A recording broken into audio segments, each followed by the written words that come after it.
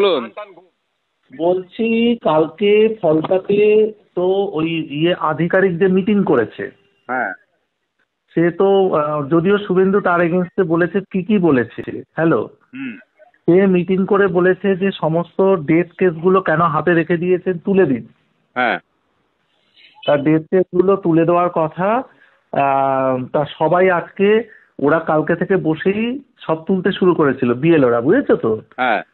তখন উনি এবার আজকে ফোন করে বলেছেন যে যার যার সার্টিফিকেট জোগাড় করতে পারবেন না হ্যাঁ। তার কোনো ডেথ কেস তোলা যাবে না, বাড়ির লোক লিখে দিলেও। হ্যাঁ। এই বলে আরো অপশন, একটা নতুন অপশন দেখছি দিয়েছে, আমি তোমাকে স্ক্রিনশট পাঠাচ্ছি। সেই আরো রিটার্ন করছে ওদের কাছে। হ্যাঁ। ওগুলো একই জিনিস, এটা যে করেছে এটাও আমি জানি। আমার বাবা তো মারা গেছে,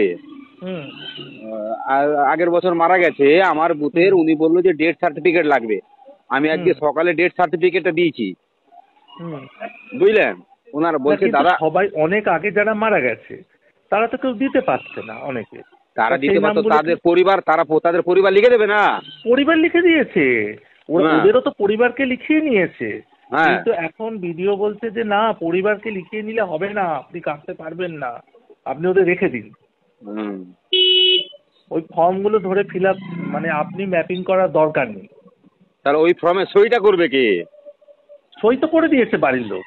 বাড়ির লোক তো ডেট বলে সই করেছে, ডেট বলে লিখে সই করেছে। এবার বলছে ফর্মগুলো আপনি ফেরত দিয়ে দেবেন, আপনাকে কিছু করতে হবে না, আপনি খালি আনম্যাপিং করে দিন। ও তো ম্যাপিং করেছে, ম্যাপিং করে ওকে ডেট ঘোষণা করেছে।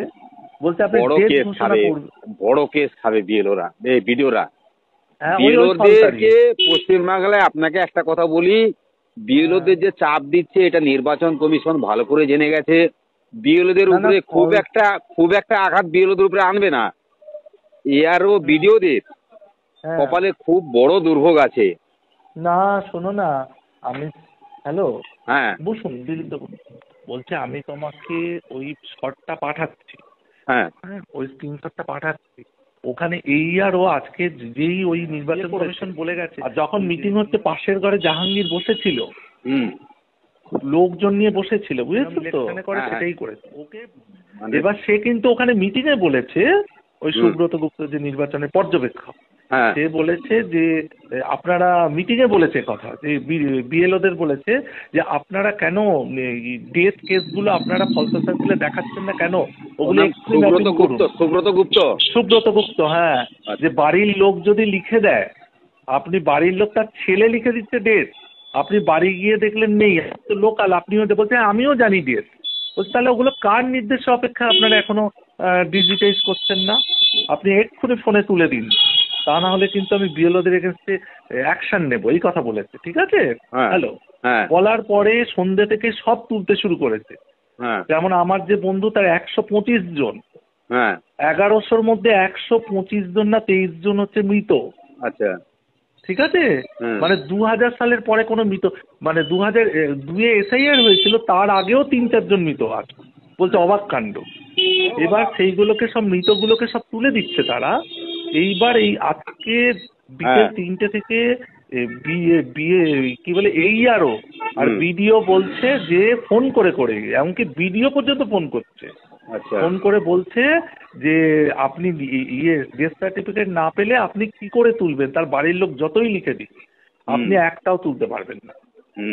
আপনি ডেথ সার্টিফিকেট যতগুলো চাইবেন ততগুলো, আর গ্রামে ঘুরে বলে দিচ্ছে কেউ ডেথ সার্টিফিকেট দিবি না। শাহজাহান যদি তার বন্দুক বাহিনী নিয়ে গ্রামে ঘুরে বলে দেয়, বলছে আমার তো কাকা, ওই গৌতম বলছে আমার কাকা মারা গেছে, আমার কাকার ছেলে বলছে দাদা আমি দিতে পারবো না ডেথ সার্টিফিকেট, ওর বাড়ি এসে বলে গেছে কোনো ডেথ সার্টিফিকেট দিবে, ও লিখে দিয়েছে কাকার ছেলে। এইবার আরো বলছে ওগুলোকে সব আনম্যাপ করে দিতে। এবার কি ম্যাপিং কে করবে বলে সে দেখা যাবে, আপনি আনম্যাপিং করে দিন, আপনি ডেট দেখাবেন না, সব ডেট লেখা, তার সইও করা। ঠিক আছে, আমাকে ছবিটা পাঠান। আর ওই যে আমি ছবিটা পাঠাচ্ছি, ওই নির্বাচন কমিশনার যে আছে, ও যে এসেছিল ওখানে পর্যবেক্ষক, ওর নামটাও লিখে পাঠিয়ে দিন তো। সুব্রত গুপ্ত, তো জানোই তো, সুব্রত গুপ্ত লিখে দিন নাকি, নামটা লিখে দিন, হোয়াটসঅ্যাপ লিখে দিন, এমনি লিখে দিন না, আমার আপনি গোপনীয়তা থাকবেন, আপনি লিখে পাঠান না, যদি ভুলে যাই বাই চান্স। অত ইম্পর্টেন্ট না, আমি তোমাকে ওইটা পাঠাচ্ছি। হ্যাঁ ধরো। হ্যাঁ বলুন। ধরো ধরো, দাঁড়া।